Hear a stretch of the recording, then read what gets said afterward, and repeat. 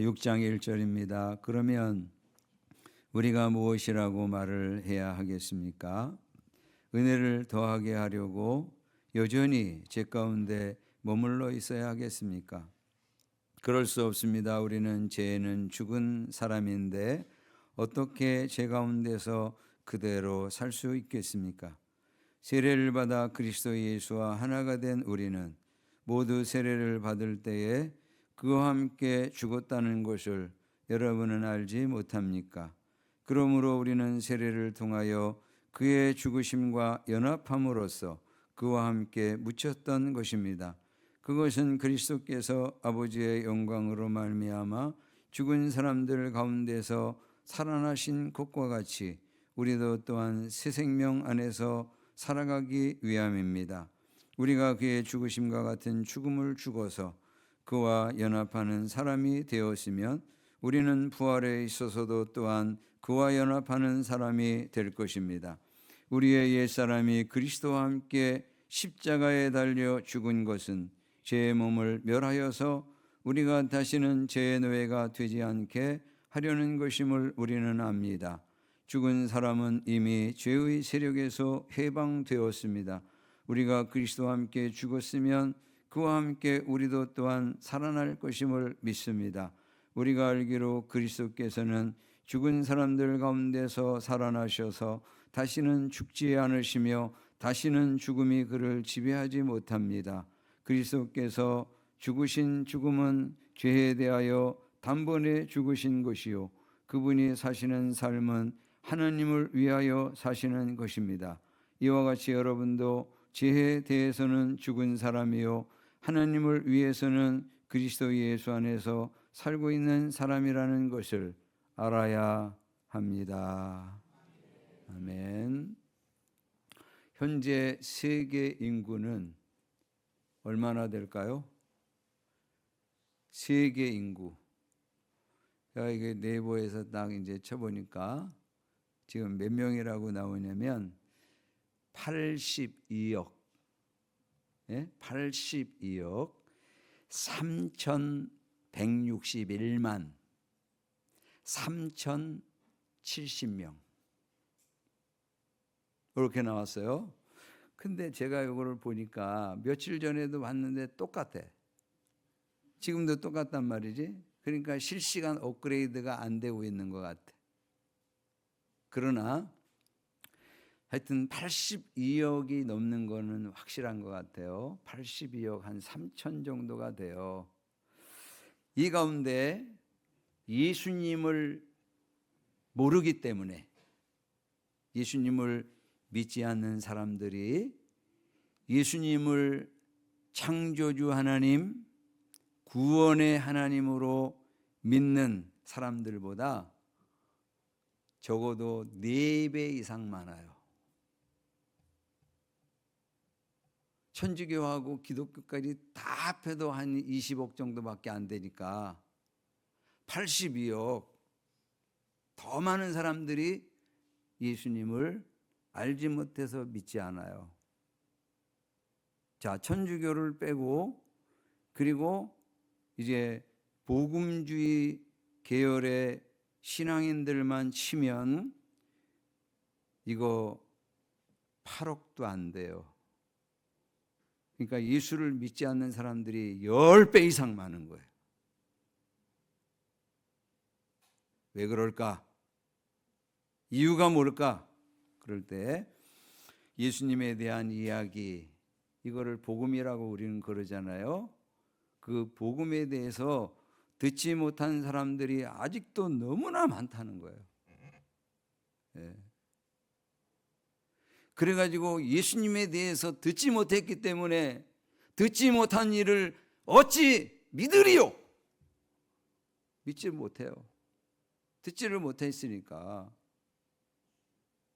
그런데 또 하나의 이유가 있다면 예수님의 탄생, 예수님의 말씀, 예수님의 죽으심, 이거에 대한 의미를 깨닫지 못하고 있기 때문에, 그렇기 때문에 예수님을 믿지를 않아요. 여러분, 우리 가운데 주일학교 어릴 때 그때 교회 안 다니는 사람들이 있으면 나와보라고 그래. 대부분은 교회 다녔었다고. 그래가지고 그때 교회 다니면서 예수님은 어떻게 태어나셨고, 예수님의 말씀은 뭐고, 예수님은 어떻게 죽으셨고, 이거 계속 들었어요. 근데 왜 안 믿죠? 예수님의 탄생의 의미가 뭔지, 예수님의 죽으심의 의미가 뭔지 이걸 모르니까 이게 믿음으로 가지를 못하는 거예요. 여러분, 예수님의 탄생에 대해서 마태복음 1장 21절에 이렇게 기록해 놨어요. 마리아가 아들을 낳을 것이니 너는 그 이름을 예수라고 하여라. 그가 자기 백성을 그들의 죄에서 구원하실 것이다. 이 말씀에 의하면 지금부터 2025년 전에 이 세상에 육신의 몸을 입고 사람으로 오신 그 예수, 그가 그들의 죄를 사하기 위해서, 그들을 죄에서 구원하기 위해서 오신 그런 분이라고 말씀하고 있는 거잖아요. 여러분, 본래 예수님은 사도 요한이 증언하는 것처럼 예수님은 창조주 하나님이에요. 스스로 계시는 분이시고, 그리고 이 땅에 육신의 몸을 입고 오신 그런 하나님이에요.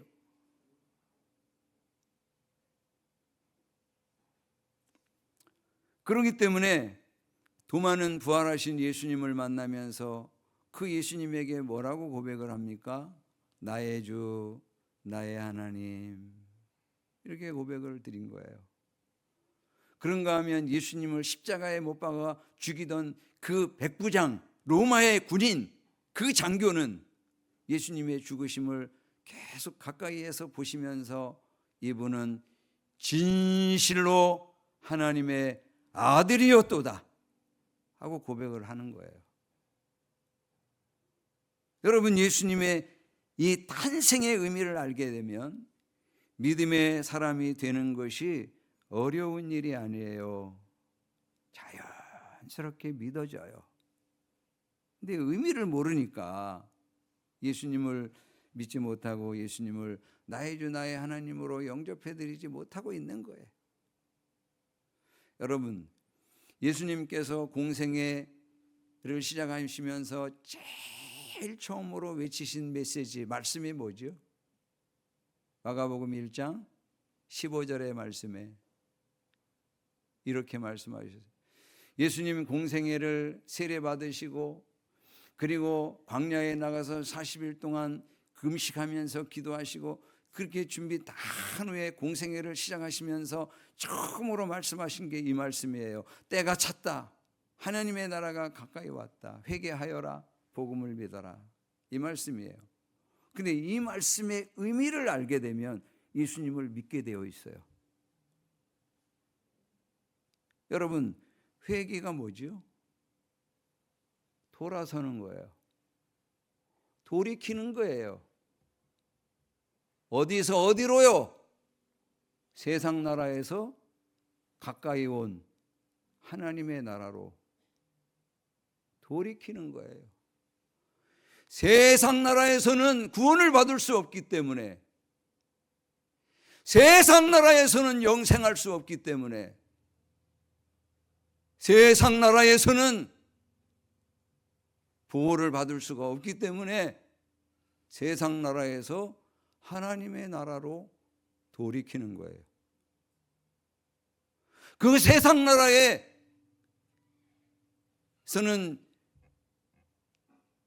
영생을 보장받을 수 없으니까 하나님의 나라의 주인 되시며 왕 되신 그분, 예수님, 그분을 믿어라. 복음을 믿어라.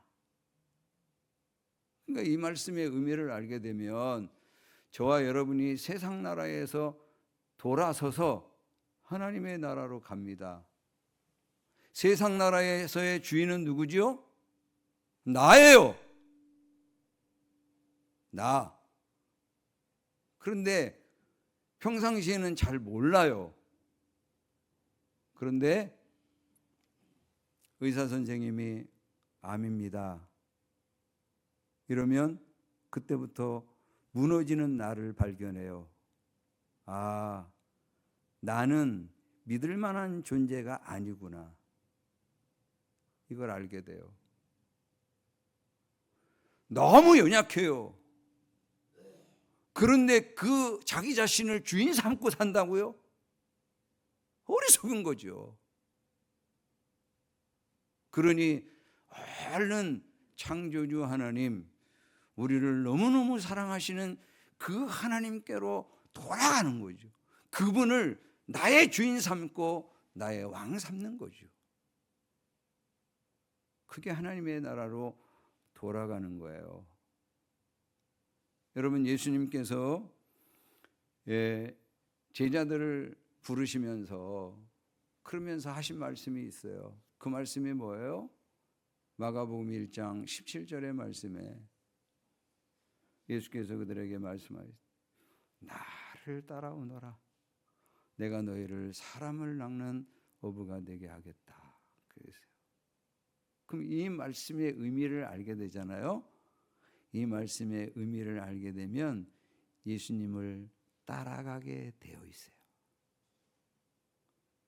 예수님을 믿게 되어 있다고요, 여러분. 자연스럽게. 예수님을 믿는 게 어렵지가 않아요. 근데 이 말씀의 의미를 모르니까. 예? 자, 사람을 낚는 어부가 뭐예요? 사람의 영혼을 구원하여 예수님의 제자로 만드는 거예요. 이게 사람을 낚는 어부예요.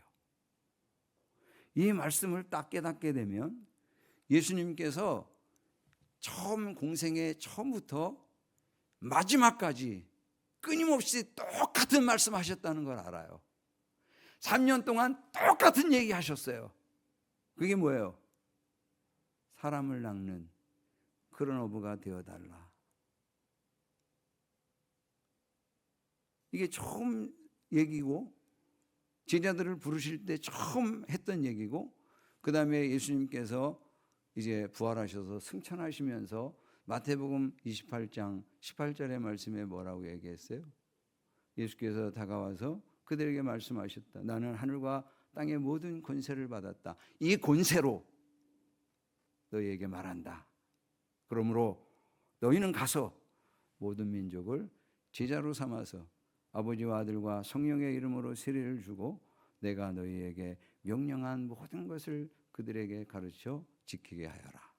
보아라, 내가 세상 끝날까지 항상 너희와 함께 있을 것이다. 똑같은 얘기잖아요. 제자를 삼아라. 사람을 낚아라. 똑같은 얘기를 3년 동안 계속 하신 거예요. 여러분, 이 말씀의 의미를 우리가 알게 되면, 그러면 여러분, 예수님을 우리가 믿을 수밖에, 자연스럽게 믿어져. 이게 예수님 죽음에 대해서 마가복음 10장 45절에 뭐라고 얘기하고 있죠? 인자는 섬김을 받으러 온 것이 아니라 섬기러 왔으며 많은 사람을 구원하기 위하여 치를 몸값으로 자기 목숨을 내주러 왔다. 그랬어요. 여러분, 세상에 있는 그런 좀 공부 좀 꽤나 했던 그런 분들이 예수님의 죽음에 대해서 뭐라고 그러죠? 공부 조금 하신 분들, 그런 분들은 예수님의 죽음에 대해서 어떻게 얘기해요? 빼앗긴 나라, 로마 제국으로부터 빼앗긴 나라, 이 나라를 독립시키기 위해서 독립운동하다가 실패해가지고 로마로부터 십자가의 중벌을 받은, 그 당시에 로마의 가장 극형이 십자가형이거든요. 마치 우리나라의 윤봉길 의사처럼 독립운동하다가 재판도 제대로 받지 못하고 그렇게 죽어간 것처럼 예수님도 그렇게 해석을 해요, 여러분. 의미를 모르니까, 예수님의 십자가 죽음의 의미를 모르니까 그렇게 얘기한다고요. 그런데 예수님의 십자가 죽음의 의미가 뭐지요? 구약 성경서부터 계속 얘기했잖아요. 죄인들의 죄를 치를 몸값으로 자기 목숨을 내어주려고 하시죠. 인류의 죄를 담당하는 죽음, 저와 여러분의 죄를 대속하는 죽음이라고 말씀하고 계시잖아요. 이처럼 예수님의 죽음의 의미를 알면 예수님을 믿게 됩니다. 예수님을 나의 구원자로 받아들이게 됩니다. 주님을 영접하게 됩니다. 오늘의 말씀은 세례의 의미에 대해서예요. 세례의 의미.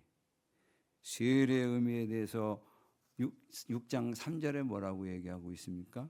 보시죠. 세례를 받아 그리스도 예수와 하나가 된 우리는, 세례를 받아 그리스도 예수와 하나가 된 우리.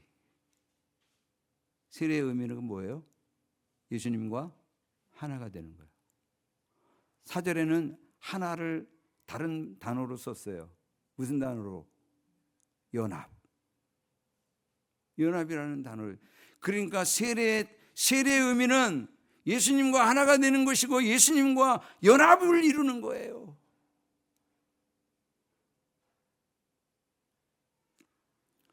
우리의 죄를 대속하기 위해 죽으신 예수님과 함께 우리가 같이 죽는 거예요.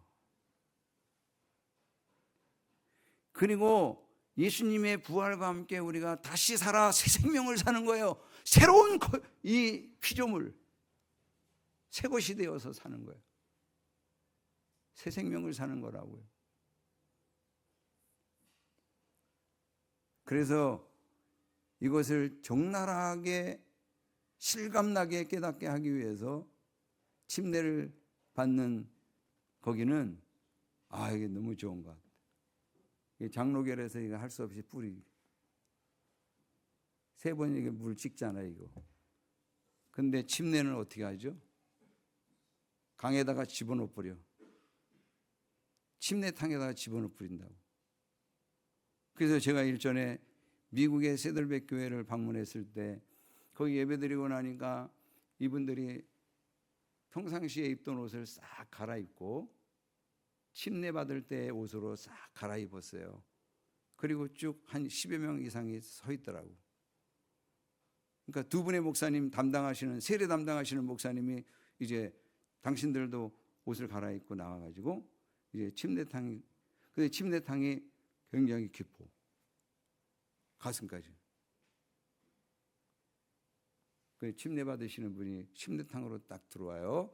목사님이 한 분이 이 침례를 받으시는 분의 등을 딱 받쳐줘요. 그리고 이 침례를 받으시는 분은 이렇게 하고 계세요. 그러면 이제 그 손 위에다가 침례를 하시는 목사님이 딱 등에 하나 받치고 앞에다 받치고, 그다음 반대편에 있는 목사님도 또 이렇게 받치고 또 이렇게 올리고, 성부와 성자와 성령의 이름으로 세례를 드립니다. 그래놓고 뒤로 이렇게 눕혀버리더라. 한참 막 이제 이분이 그 물속에서 막 힘들어하는 것을 느낄 정도로 한참 놔둬. 그랬다가 이제 시간이 많이 지난 다음에 탁 빼줘. 그랬더니 팍 하면서 나오시더라. 들어갈 때 죽었어. 나올 때 다시 살았어. 죄악된 나는 세례를 받으면서 죽고, 그리고 그 세례를 받으면서 다시 부활하시는 예수님의 생명으로 다시 살아나는, 그걸 실감나게 체험하게 해주시는 거예요.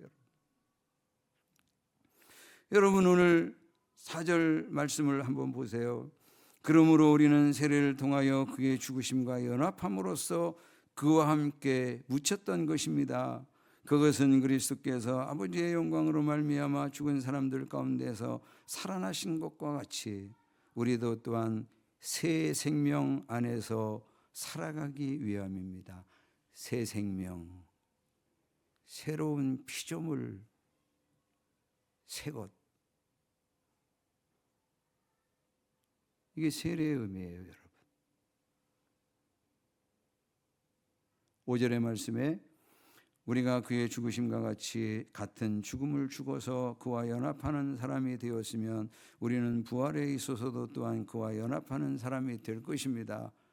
그리고 11절의 말씀에 이와 같이 여러분도 죄에 대해서는 죽은 사람이요 하나님을 위해서는 그리스도 예수 안에서 살고 있는 사람이라는 것을 알아야 합니다. 세례받은 여러분, 여러분들의 죄악된 과거의 옛사람이 죽었어요. 아셔야 돼요. 알아야 합니다. 그랬죠. 그리고 세례를 받으면서 여러분들이 다시 예수 그리스도의 부활의 생명, 영원한 생명, 그것을 여러분들이 받은 거예요. 그래서 영생은 언제부터 한다고? 나중서부터 하는 게 아니에요. 지금서부터 영생하는 거예요. 우리의 영혼은 안 죽어요. 우리의 영혼은 계속되는 거예요. 우리의 육신은 잠시 동안 죽어서 안식에 들어가지만 우리의 영혼은 안 죽어요. 영생이에요. 예수 그리스도를 믿고 세례를 받음으로 말미암아 다시 살아났기 때문에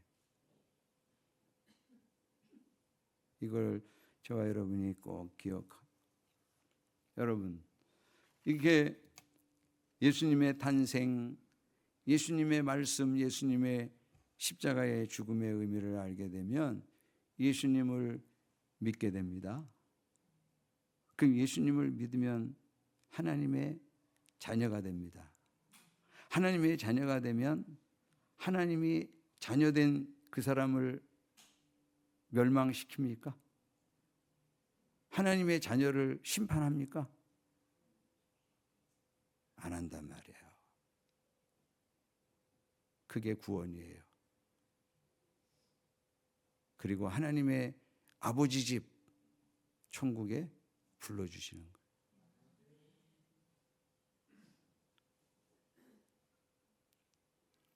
이게 세례입니다. 그러니까 오늘 세례를 받는